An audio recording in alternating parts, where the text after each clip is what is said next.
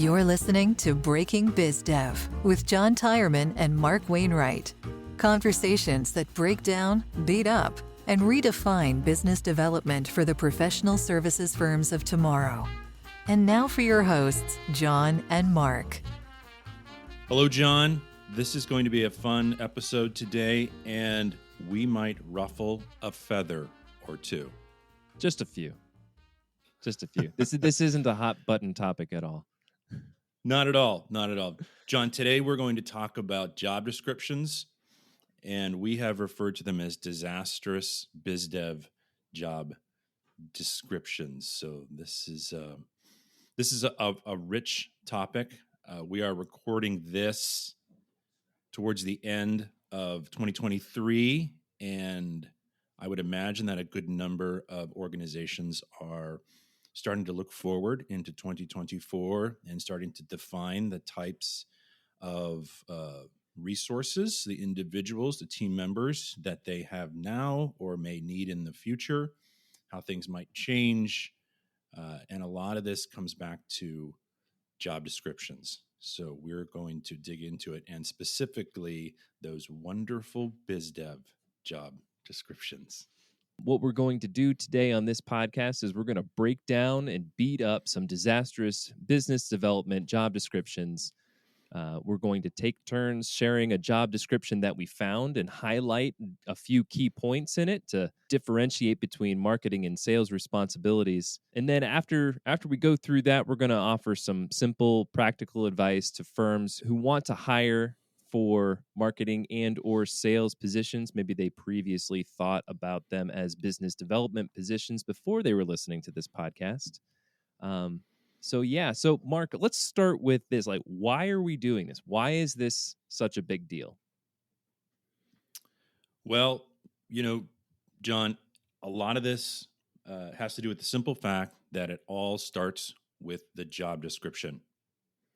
When organizations are thinking about what they need, particularly with marketing and selling and business development, when they actually start putting stuff down on a piece of paper, they start creating this laundry list of all the stuff they need. And unfortunately, the people that are doing this in the world of professional services are often people who are, slightly less informed than they should be about marketing, about selling, right? So they're building this long list of wishes or have to have or want to haves or whatever else, and they're piling them all into this one role or couple roles, whatever it may be. Yeah, so let's pull up some examples. I'll go first. Good. We've got a business development manager, that's the title, or that's the role, at a construction company. And this construction company has 1,000 full-time employees, according to LinkedIn. So That's a good gauge, probably more or less. Yeah, that's a good size. That is a good size. In this job description, I'll read off a couple bullet points here. This role will identify and procure profitable projects for the strategic business unit by overseeing all marketing activities, including developing customer relationships, networking, performing public relations activities, advertising, and any other activities that further the business development program. So right out of the gate, No, keep going. This is good. The next bullet.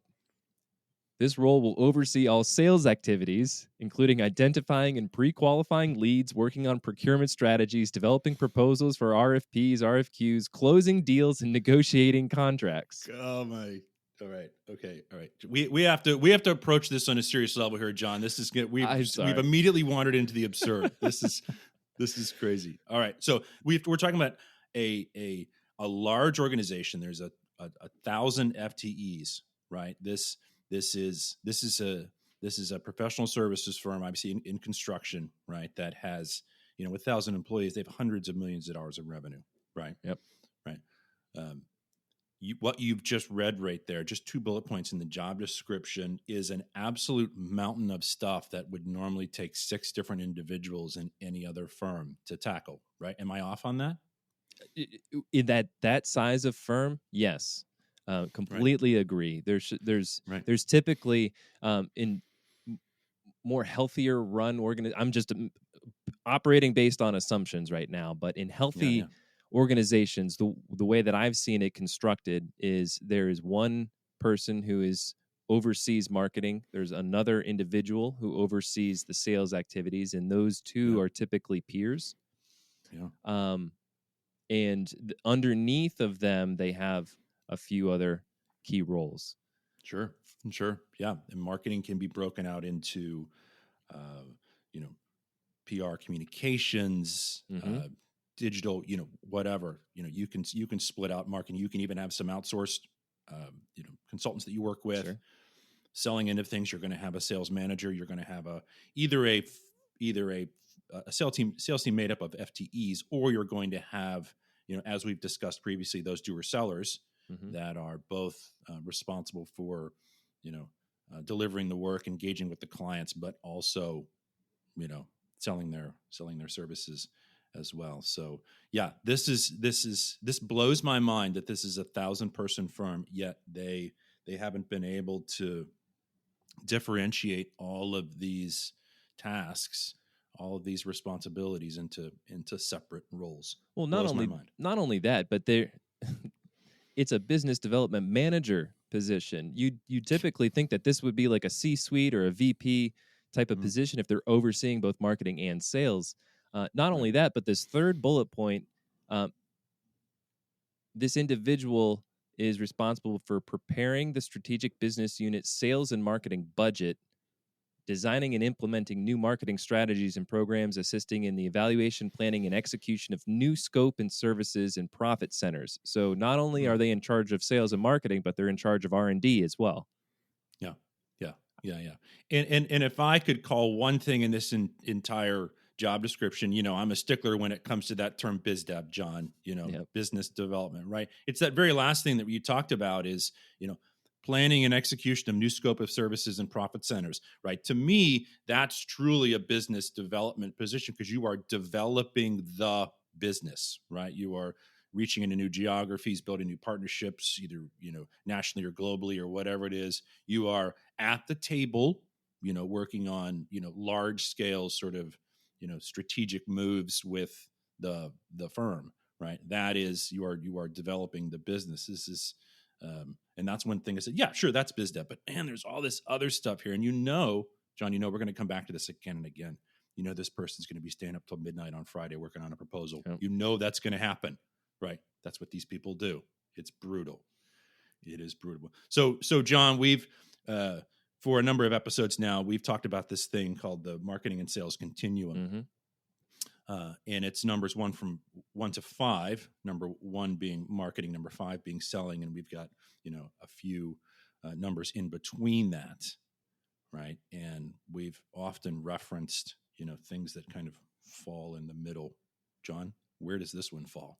Well, this one is a disastrous 3, and that's not a good place to be.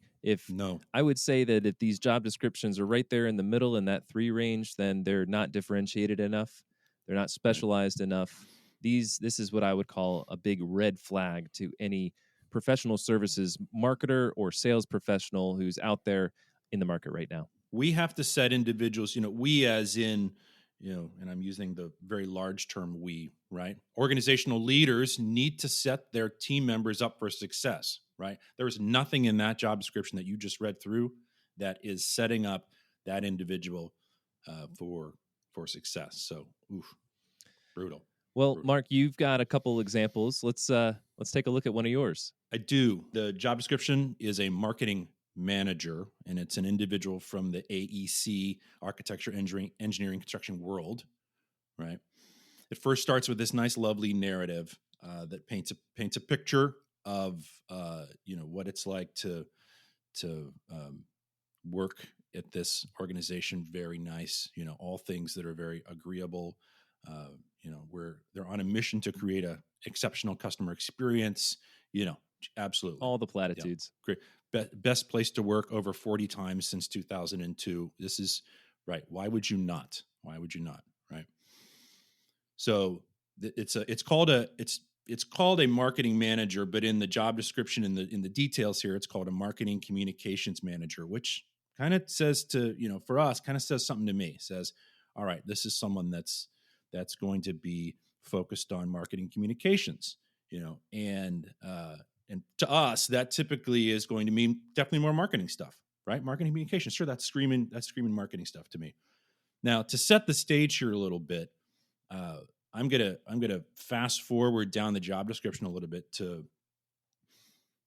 look at sort of what they're expecting from an education and experience standpoint, and then I'm gonna back my way up there. Okay, so education, they're looking for a 4-year degree in marketing and communications, right? Makes sense. Marketing communications manager. Okay, all right, I get that. All right, of course, John. Of course, they're looking for advanced or expert proficiency in Adobe Creative Suite. Of course. Want to make sure. Of course they are. Of course they are. We want to make sure we hit on this. That's important. Right. From an experience standpoint, they're looking for 6+ years, typically working for a professional services firm.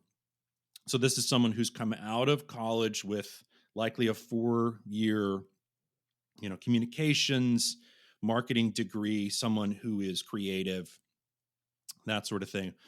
They found themselves into a professional services firms. They've been involved in the whole sort of proposals and pursuits world, writing proposals, content marketing, and storytelling. Okay, so now we're starting to unravel a little bit here. Okay, so this is what they expect. They want someone to have this communications degree. They want to have 6 years of experience. Okay, so this is not a brand new person in the industry. That this person has seen what it's like to work inside of a professional services firm. All right. So here's what they're going to be doing, right? So number one, they've got some buckets here. Number one, the pursuit process, right? This person is going to have a leadership role with the pursuit team, right? To win projects through competitive proposals, right? This is a challenging job, right? And I know this because I have done this, right? And how I sort of characterize these roles in the pursuit process is you are responsible for everything that falls between the front and the back cover of this proposal, but you are absolutely in charge of nothing, right? You are staying up till all hours. People are, you're waiting for people to get you information, all this stuff, right? It is a very, very frustrating situation. That is proposal management, writing proposals, creating proposals, John. It is a job in and of itself. Yet we continue, right? So they're doing the proposals, right? So that's a big deal. So their job here, as it says, they are the principal coordinator and editor for all pursuit materials, including qualifications, interviews, proposals, all that sort of stuff, right? And knowing what we know, John, there's more buckets below this, but this person's going to be spending all their time doing proposals. We know it. That's what's going to happen. Okay, but let's stack some more stuff on it. Okay. This next bucket is management and internal communications, right? So this person is developing internal communication plans to engage team members, newsletters. So it sounds like this is kind of like internal communications as well, not external communications. Like some organizations have internal sort of PR people or communications folks, others external. This looks like this is internal. Interesting. Yeah, that is interesting. Not typical. Yeah, we usually see some external stuff here, but yeah, who knows?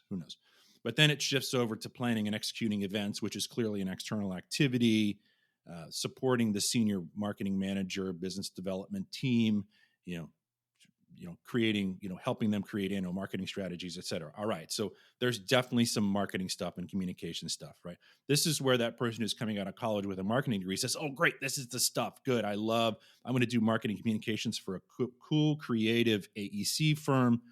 Great. Fantastic. I'm all over this. I've got this figured out. The last bucket is customer content and outreach. This is definitely, an external facing role. Exhibitions, customer meeting collateral. What is that? That means basically you're handing a fancy little brochure to a partner who's going to go meet with somebody.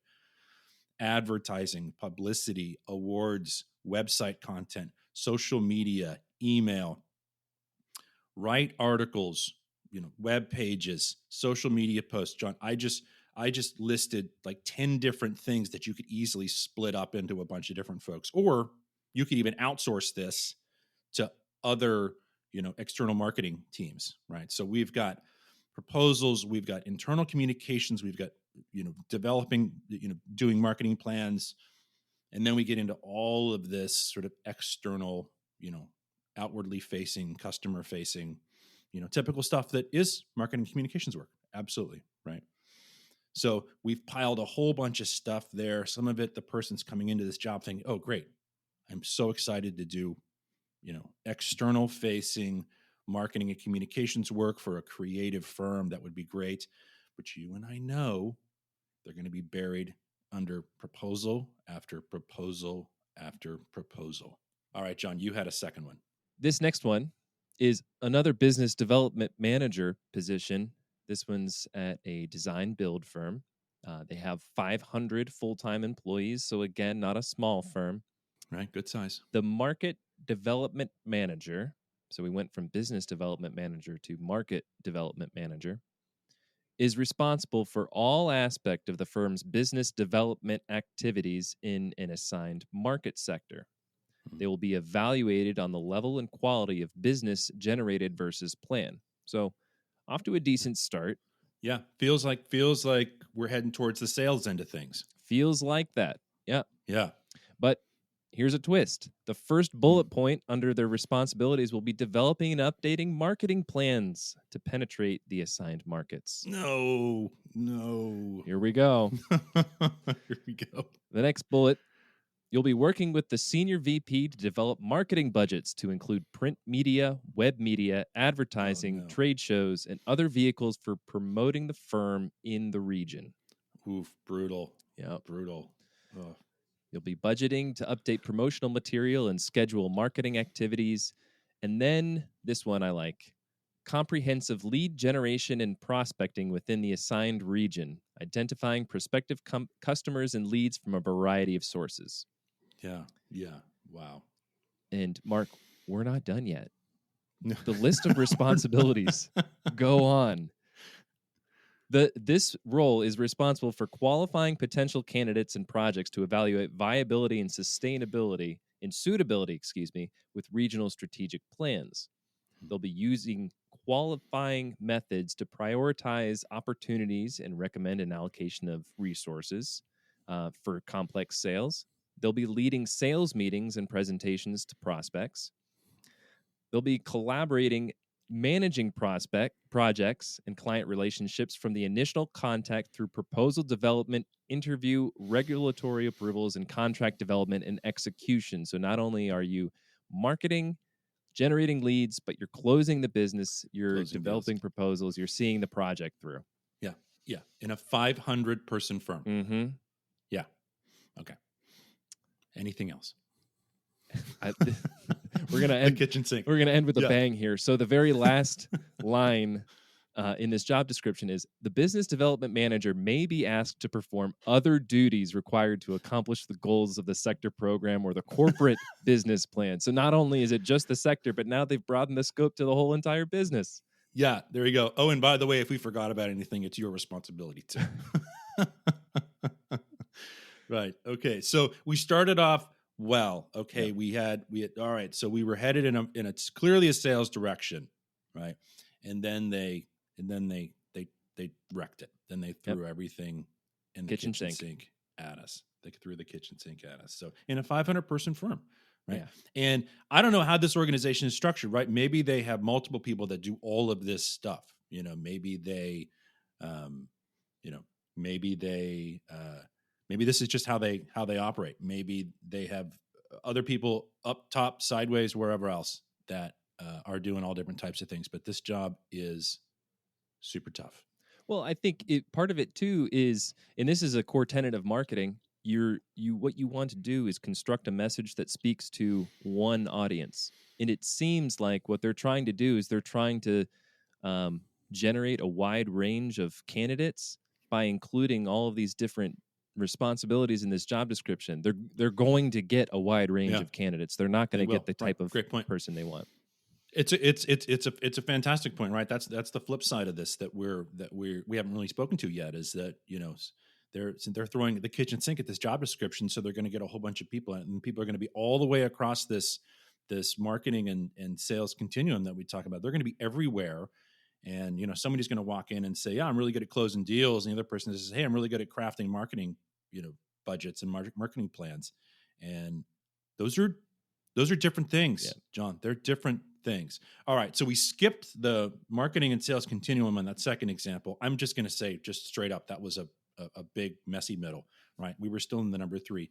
And the last one that you just read right there felt like, okay, we're starting to move towards a 4, towards the sales end, but we got snapped right back to the middle, right? So we're still in the messy middle, unfortunately. Yeah, it's like a riptide. It pulled us right back out there. We're at a 3 with that one. Yeah, and I want to make sure that we're super clear about the fact that, people are thinking, oh, these guys totally cherry picked these job descriptions. It's like, well, of course we did. We selected them, but it was not hard. No, right? It was not hard. It was very easy. Right. Both of us went to, wherever, to Indeed or wherever the job postings were, and we just grabbed a couple. We just searched for business development. I probably searched for professional services or whatever it was, but it was not hard to find these job descriptions that are just all sitting in the messy middle. And I would suggest that anyone listening to this podcast episode right now, go to LinkedIn, go to Indeed, search for business development manager, business development director, marketing manager, filter for professional services firms. And I guarantee that you're going to run into these types of job descriptions. Yeah. So, Mark, we've got one more example that we can share with our listeners, and I'm really excited about this one. Can you go ahead and share your last example? This one's a little bit different. This is not an explicit business development or marketing role for a professional services firm. This is a doer. This is a senior project architect. Right. So this is obviously an architectural firm, maybe an architecture engineering. I'm not really sure, but I do recall it was a larger firm. It was some hundreds of people. Right. So again, this is not a small organization. And I'm not going to focus on specifically what the job description says in this example. I am going to focus on what it does not say. Right. Fair enough. So the role, again, the job description, senior project architect. For a couple paragraphs initially in the job description, they wax, eloquently about, where our mission is to create a equitable society and a thriving planet. Good things. That's fine. Great. They're looking for a tapestry of unique individuals. John, we're painting a picture here, right? They're a collaborative bunch. We design for impact. Okay. All right. So, we're setting the stage. Make them feel good, right? Yeah, we want these folks to feel good. And it's not, John, it sounds like we're being tough here. And we are, John. We're being tough. All right. So they're looking for someone who has 12 to 16 years of experience working on complex, large-scale sports arenas and stadium renovations. This is a pretty specific thing. Okay. Right. There's a handful of firms out there, I think, that are really, kind of known for this. This organization this firm may be one of them, right? So it's a pretty specific thing, right? They're looking for some high-level technical, proficiencies. They're looking for the CAD tools, Revit and BIM, and those types of technology tools. They're looking for someone who has experience in playing a key role on large, multidisciplinary, complex projects, big stuff. They want someone who can collaborate well with others. Now, I would say the deep technical experience things tend to, kind of fight against the collaboration things. The folks that I have found that are highly technical are not necessarily people who are really strong managers, collaborators, et cetera. But, they're out there. Yeah, hiring manager can dream, right? Right, exactly, right. So this is a short job description, right? It lists a bunch of, specifics relative to the work to be done, this technical proficiency, et cetera. So it's pretty short. There's probably no more than 10 or 15 bullet points here. There is absolutely nothing about marketing, proposals, interviews, existing client relationships, developing new relationships. There is nothing in there about this. But on the very first day that they start working at this firm, they're going to be asked about all of those things. They're going to start working on a proposal. They're going to be asked to participate in an interview. They're going to ask to go to a conference and network and build relationships and do business development, right? They will likely have absolutely no formal training or coaching or with any of that stuff. And at some point down the road, they're going to be involved in all these things, proposals, and that's going to be pulling away from all this great sort of technical work on sports stadiums, right? This is what they wanted to do, right? This is why I threw my hat in the ring and why I applied for this job, right? At some point, they're going to go back to this job description and be like, why am I doing all this new business, all this marketing, all this selling stuff? Why am I doing this? And they're going to go to their manager and they're going to say, hey, this is not what you hired me for, right?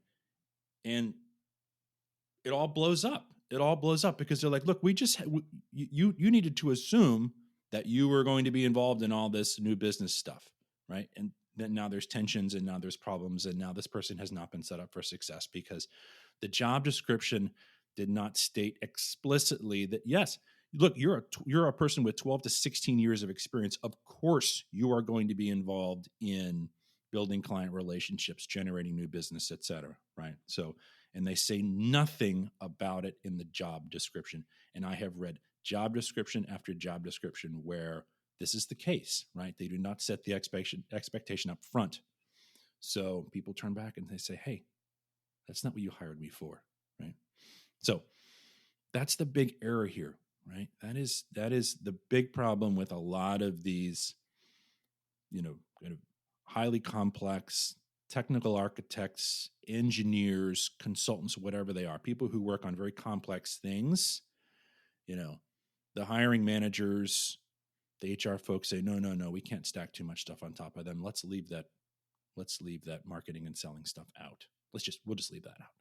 I wonder why. Is it just out of pure lack of self-awareness that's what happens and that they want a seller doer? Or is it because they want to attract those seasoned practitioners and then know that they're going to slowly roll out the marketing and sales responsibilities?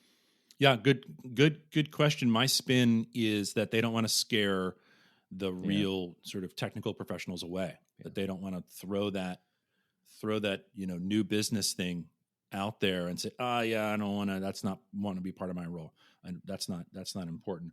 Now, firms of any size, small firms, large firms, can have individuals internally that do not spend any time at all in marketing, selling, creating new business, building relationships, but they can't have a lot of them. Yeah. Right. But a lot of these professional services firms find themselves in the place where they've got way too many people that say, no, thanks. I don't need to, no on the proposals. I don't have time. No interviews. I'm uncomfortable speaking in front of groups. They have too many of these people. So they're running a deficit of marketing and selling, and good business acumen inside the organization. So they're in trouble. So what can firms do to maybe reshape these job descriptions or maybe come up with a different approach to hiring and organizing their sales and marketing activities across the resources that they have? I know that you have thoughts from a marketing standpoint as well, but from a sales standpoint, clearly that last example is a really good one. Mm-hmm.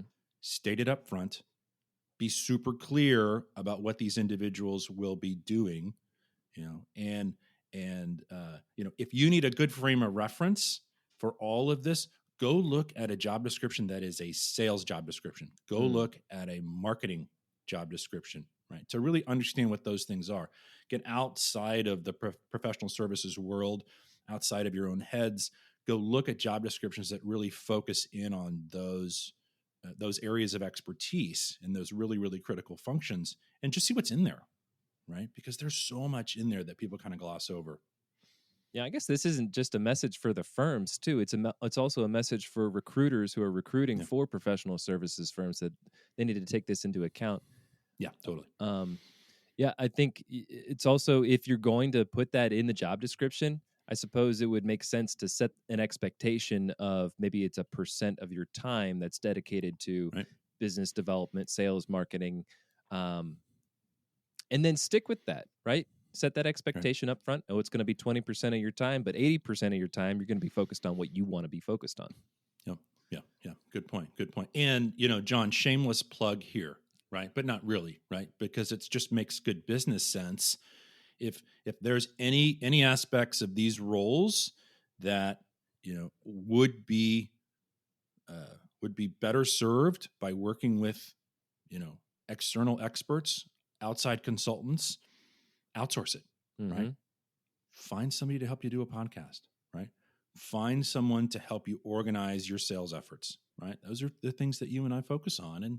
And it is entirely possible for a firm of just about any size to consider outsourcing different elements of these incredibly complex job descriptions in this laundry list of responsibilities out to others without it being, too expensive or too difficult.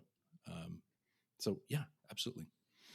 Well, hiring full-time positions for all of your marketing and sales is probably more costly than these firms are willing to invest. Yeah. So that's a great point. To outsource the parts of the job where you really need specialized expertise in marketing or sales. Organizational leaders really need to take a more serious look at their job descriptions and really set people up for success, because I think this is a massive opportunity for improvement in all types of professional services firms. All right. Well, let's give the job descriptions a break. They've been beat up enough. Mark, this has been really fun. Until next time, John. Until next time. Thanks for listening to Breaking BizDev. Subscribe on Spotify and Apple Podcasts, or listen to the show at breakingbizdev.com. This episode was produced by Red Cedar Marketing. If you think a business podcast is right for your company, visit redcedarmarketing.com to learn more.